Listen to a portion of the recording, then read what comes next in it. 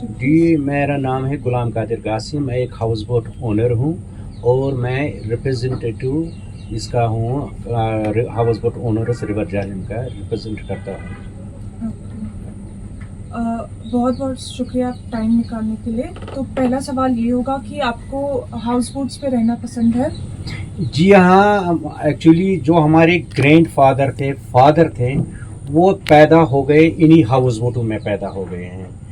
ہاں مطلب 3 جنریشن جو ہماری ہے وہ ہاؤس بوٹوں میں پیدا ہوئے. ایکچولی یہاں پہ جو ہاؤس بوٹس تھے یہ برٹش کے وقت سے, اس سے پہلے بھی تھے لیکن اس ٹائپ کے ہاؤس بوٹ نہیں تھے, اور کچھ اور ٹائپ کے ہاؤس بوٹس تھے. تو ہمارے پاس یہ موویبل پراپرٹی تھی. یہ مطلب واٹر ٹرانسپورٹ جس کو کہتے ہیں واٹر ٹرانسپورٹ, پہلے اسی میں لے جاتے تھے تھرو بائی کھنبل سے, تاکہ کھانیار تک. ہم میرا فادر کہتا تھا, گرینڈ فادر کہتا تھا, ہم وہاں سے سبزیاں اٹھاتے تھے کھنبل سے, پھر بارہمولہ تک کھانیار تک یہی لے جاتے تھے وہاں پہ, اور وہاں سے چاول لاتے تھے. تو میرا فادر کہتا تھا, لیٹ اسد اللہ غازی صاحب کہتا تھا, ہم 2 میاں بیوی ہاؤس بوٹ کو چلاتے تھے رسیاں لے کے. یہاں پہ اس وقت ایسا نہیں تھے جس وقت ابھی انہوں نے یہ یہاں پہ ایسا سلو بنایا. بولا ہم بارہمولہ بھی جاتے تھے, سنبل بھی جاتے تھے, وہاں سے ہم راشن چاول لاتے جس کو دائنی کہتے ہیں, یا وہی کام ہم کرتے تھے. لیکن میرا فادر صاحب کہتا تھا جب برٹش لوگ یہاں پہ تھے اس وقت یہ برٹش آرمی جو تھی وہ ہاؤس بوٹوں میں رہتے تھے.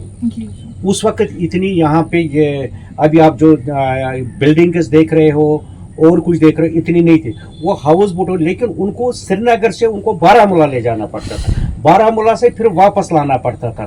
یہ ہاؤس بوٹ جو ہے مطلب ہم خوش قسمت ہیں, اپنے آپ کو خوش قسمت سمجھتے ہیں اس وقت کہ جس وقت ہم ہاؤس بوٹ میں پیدا ہو گئے. لیکن واقعی یہ جنت ہے, یہ جنت ہے. لیکن اس ہاؤس بوٹ کو کیا کام, یہ ہاؤس بوٹ انڈسٹری کو اگنور کیا گیا ہے. ہمیں بہت مشکلات کا سامنا کرنا پڑ رہا ہے, اس وقت بھی بہت مشکلات کا سامنا کرنا پڑ رہا ہے. یہ ہاؤس بوٹ کو ہر سال ہر 6 مہینے کے بعد اس کو رینوویشن کرنا پڑتا ہے. پہلے ہماری رینوویشن پر بین تھی. اس میں جو لکڑی لگتی ہے, جو باٹم اگر اس کا خراب ہو جائے گا اس میں جلدی سے جلدی ہمیں مرمت کرنا پڑتا ہے.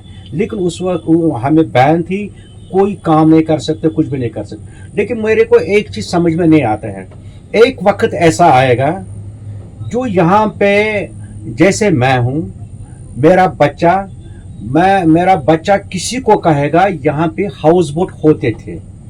وقت جلدی آنے والا ہے, یہ ہاؤس بوٹ انڈسٹری ہے جلدی ختم ہو جائے گی. اور یہ کشمیر کا شان ہے, کشمیر کا تاج ہے ہاؤس بوٹس. وہاں سے جو ٹورسٹ آ رہے ہیں ان کا وہاں سے پلاننگ ہوتا ہے, شوق ہوتا ہے ہمیں ہاؤس بوٹ میں 1 یا 2 دن رہنے کا پروگرام ہے. لیکن آج اس وقت میں آپ دیکھ لیجئے حالات کیسی ہے. 1989 سے جب سے حالات یہاں پہ خراب ہو گئی ہے, ہم لوگ سفر بہت کر رہے ہیں, ہاؤس بوٹ انڈسٹری والے بہت سفر کر رہے ہیں, کیونکہ ہمارا جو بھی ڈپینڈ ہے سارا ٹورسٹوں کے اوپر. نہ ہم نے آج تک, چاہے یہاں پہ شیخ عبداللہ سے لے کے کتنے بھی چیف منسٹر آئے, یہاں پہ جموں کشمیر کے پرائم منسٹر آئے ہیں, ایون فاروق عبداللہ نے ایک بار میٹنگ میں کہا یہ ہاؤس بوٹ والے وہ ہے جو مجھ سے جاب نہیں مانگتے ہیں لیکن یہ 10 آدمی کو کھلاتے ہیں. ہمارا پاس شیف بھی ہوتا تھا, ہمارا پاس صفائی کرنے والا بھی ہوتا تھا, ہمارا پاس ویٹر بھی ہوتا تھا, اور ہم 10 آدمی کو روزی دیتے تھے. لیکن اس وقت ہم بہت مشکلات کا سامنا کر رہے ہیں, بہت مشکلات کا سامنا کر رہے ہیں. آپ نے بولا کہ ہاؤس بوٹ جو ہے وہ ایک انڈسٹری بھی ہے, کیا آپ اس کے بارے میں اور بول سکتے ہیں کہ جیسے جو یہاں لوگ کی روزی روٹی چلتی تھی وہ کیسے چلتی تھی, جب یہاں حالات ٹھیک تھے تو کیسا منظر ہوا کرتا تھا یہاں؟ بہت اچھا. اس وقت زیادہ یہاں پہ فارن لوگ آتے تھے. ایکچولی جو ایک کلر دیکھ رہے ہیں نا اس ہاؤس بوٹ کا, یہ وہ گوریلا کو یہ کلر پسند کرتے تھے, لیکن آج کل یہ پسند نہیں کرتے ہیں. آج کا ہمارے دیش کے ٹورسٹ یہاں پہ آ رہے ہیں, ان کو ہونا چاہیے مطلب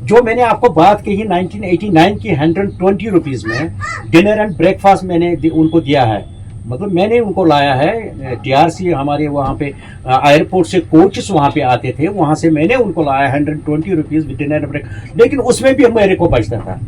برکت تھی اس وقت, مطلب اتنی مہنگائی نہیں تھی. مطلب سب مارکیٹ میں جاتے تھے, اگر میں 100 روپے, میرا پتا جی 100 روپے لے کے جاتا تھا, 10 آدمی کے لیے وہ وہاں سے لاتا تھا. لیکن آپ اگر 1000 روپیہ لے جاؤ گے ایک چھوٹی سی پالیتھین میں وہاں سے لاؤ گے, اتنا مطلب بہت مشکل سے زندگی گزارے. جب کانفلکٹ کے بعد یہ بزنس تھوڑا کم ہوا تو کیا ریزن تھا کہ یہ بزنس ریکور, یا پھر یہ جو یہاں کی ٹورزم ہے وہ ریکور نہیں ہو پائی؟ نہیں, ایکچولی کیوں نہیں ریکور ہوئی؟ جب میرا کہنے کا مطلب ہے جب اس کے بعد میں جب ہمارے ہاؤس بوٹ والے یہاں سے باہر گئے تو انہوں نے ٹورسٹوں کو اپنی ذمہ پر یہاں پہ بھیجا. بولا آپ جاؤ, کشمیر میں ایسی بات نہیں ہے, ٹورسٹوں کے ساتھ کوئی چھیڑ چھاڑ نہیں ہوتا ہے, نہ آج تک ہوا ہے نہ ہوگا ٹورسٹ کے. لیکن وہاں پہ ہمیں کہتے تھے وہ پہلے ایک آدمی کو ہم یہاں پہ گروی رکھیں گے جب تک ہماری یہ فیملی واپس نہیں آئے گی. یہ فیملی ہماری صحیح سلامت واپس آئے گی تو ہم آپ کو پھر چھوڑیں گے. ہاں وہ بھی ایکسیپٹ کرتے تھے. تب تک ہم وہیں بیٹھتے تھے جب تک وہ ان کی فیملی, ان کی جو رشتہ دار ہوتے, دوست لوگ ہوتے تھے, اچھی طرح سے یہاں سے جاتے. ہم مہمان نوازی ہم سے سیکھو, اور مہمان نوازی ہم نے کی ہے ٹورسٹوں کے ساتھ. یہ ٹورزم کا اصلی بیک بون کون ہے؟ We are the houseboat owners are the backbone of tourism. جس نے دوبارہ یہ ٹورزم یہاں پہ کھڑا کیا, اپنی جان پہ کھیلتے ہوئے ہم باہر گئے, باہر سے ہم نے ٹورسٹ یہاں پہ لائے, فکر ہوا. پھر اس کے بعد میں اللہ تعالیٰ کا لاکھ لاکھ شکر ہے, پھر میڈیا والوں نے بھی بہت مدد کیا. یہاں پہ کہ سوشل میڈیا والے ہیں یا اور بھی میڈیا والے ہیں, انہوں نے بھی بہت ہیلپ کیا. وہ ٹورسٹوں سے جب انٹرویو لیتے تھے, بھائی آپ کشمیر آئے کیسا لگا؟ بولا کچھ بھی نہیں ہے, کشمیر آئی تھنک مطلب میری اسٹیٹ سے کشمیر سیف ہے. اینڈ مہمان نوازی یہاں پہ دیکھو, کہنے کی بات نہیں, کتنی مہمان نوازی یہاں پہ لوگ کرتے ہیں. اگر ہمیں کسی جگہ پہ جانا ہوتا ہے تو 2-3 آدمی ہمارے ساتھ آتے ہیں گائیڈ کرنے کے لیے, آپ کیسے جاؤ.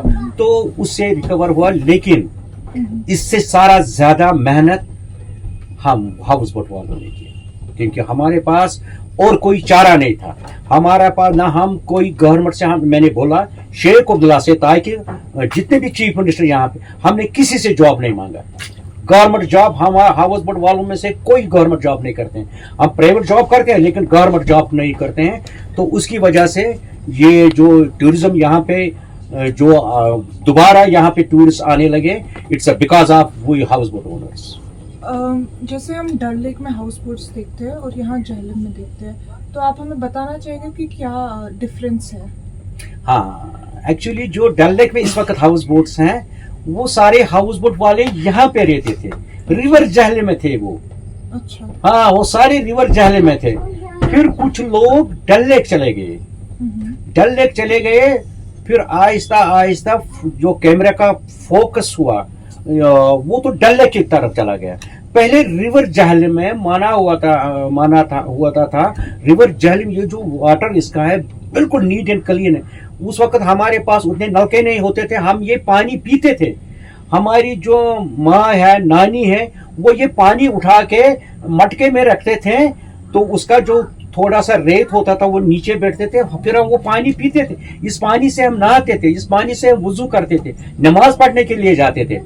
وہ انہوں نے جب یہاں سے وہ چلے گئے ڈل لیک میں پھر مطلب وہاں پہ بہت سارے بالی ووڈ فلم انڈسٹری کی شوٹنگ ہوئی. آپ پرانے فلمیں دیکھ لیجئے, بہت سارے پرانے فلمیں ان کی اس کی وجہ سے بھی ڈل لیک بڑا فیمس ہوا. یہاں بھی شوٹنگ ہوئی ہے, میں نے خود اپنے آنکھوں سے دیکھا ہے. سنجے خان اس سائڈ میں تھا. میں آپ کو ہسٹری بتاتا ہوں, سودنا اس سائڈ میں تھی.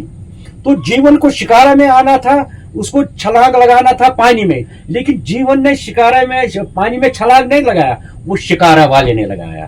اچھا.